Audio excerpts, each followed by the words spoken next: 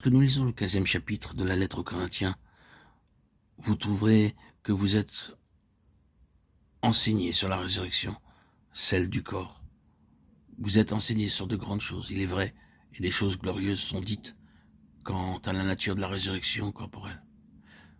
Mais lorsque vous serez ressuscité corporellement, vous ne serez en fait qu'en train d'entrer dans le grand domaine de l'éternité. Cela peut être une chose merveilleuse pour ce qui est corruptible que de revêtir l'incorruptibilité. Et je suis tout à fait assuré que nous penserons que c'est une chose merveilleuse quand cela se produira. Ce sera une chose glorieuse quand la dernière touche de la mort, en ce qui concerne nos corps, sera engloutie dans la victoire. Mais cela ne constitue en fait que le début de la carrière qui nous est présentée dans la lettre aux Éphésiens pour les âges à venir. Il y a des choses très vitales dans la première lettre aux Corinthiens, mais pour ce qui est de la portée, de la profondeur, de la hauteur, de la longueur, de la largeur, pour autant que cela concerne des valeurs spirituelles, il n'y a aucune comparaison. Même lorsqu'il s'agit de l'église du corps, en 1 Corinthiens 12, beaucoup de choses sont partagées à son sujet sous l'aspect de son expression ici-bas.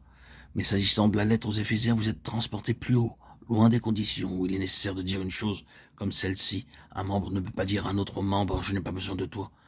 Combien cela révèle dans quel état d'esprit les choses se trouvaient à Corinthe, quel niveau terrestre y avait prévalu. L'apôtre, il est vrai, donne un exposé des relations spirituelles, mais de quelle nature est-il? Celui qui est largement occasionné, si ce n'est totalement par un désordre spirituel parmi les saints. Mais lorsque vous arrivez en Éphésiens 4 et touchez la vérité du corps dans ce lieu, vous respirez alors une toute autre atmosphère. Au verset 32 d'Éphésiens 5, ce mystère est grand. Je dis cela par rapport à Christ et à l'Église. Vous êtes transporté dans le grand mystère du corps. Il s'agit là de quelque chose de plus profond. Quelle est l'explication de cette différence? Ce n'est pas qu'il s'agit de deux églises différentes, ni qu'elles représentent deux appels différents. C'est qu'elles vivent à deux niveaux différents. Si toutes ces choses merveilleuses présentées dans les Éphésiens, ces choses puissantes d'un grand poids sont des éléments d'un témoignage véritable de Jésus, alors ces choses appartiennent à une place où les choses terrestres sont laissées derrière. Ou pour dire cela d'une autre manière, vous devez quitter les choses terrestres si vous entrez dans le domaine où toutes ces forces puissantes sont opérantes. Voulez-vous connaître l'infinie grandeur de sa puissance, qui est pour nous qui croyons? Vous ne le pouvez si vous vivez au niveau des Corinthiens, si vous vivez même en tant que chrétien sur une base naturelle et terrestre. Voulez-vous connaître la plénitude de Christ? Désirez-vous devenir de façon similaire la plénitude de celui qui remplit tout en tous?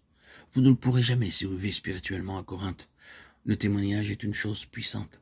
C'est quelque chose qui est rempli de ses éléments et de ses caractéristiques gigantesques du Seigneur ressuscité et glorifié. Il y aura une expression universelle de sa plénitude dans les âges à venir, mais dès maintenant, nous devons y participer. Cela doit être connu et présenté maintenant de façon spirituelle dans la vie de l'Église. Mais celle-ci doit se révéler être sur le terrain qui est présenté dans la lettre aux Éphésiens.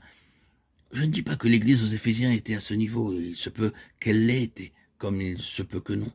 Mais il semble parfaitement clair que les saints d'Éphèse étaient dans une position où ils pouvaient recevoir une telle révélation, et que les Corinthiens ne l'étaient pas.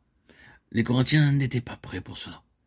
Mais si la visite de Paul à Éphèse et les résultats sont révélateurs de quelque chose, il nous parle en effet d'application consciencieuse et de profondeur en ce lieu.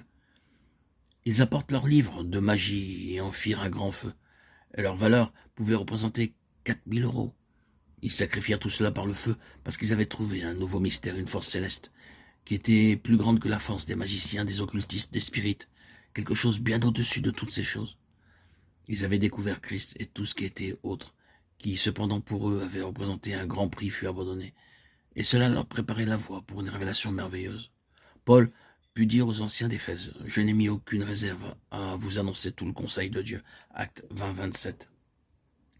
Vous ne pouvez déclarer tout le conseil de Dieu à une compagnie de chrétiens qu'à moins qu'ils ne soient prêts à cela.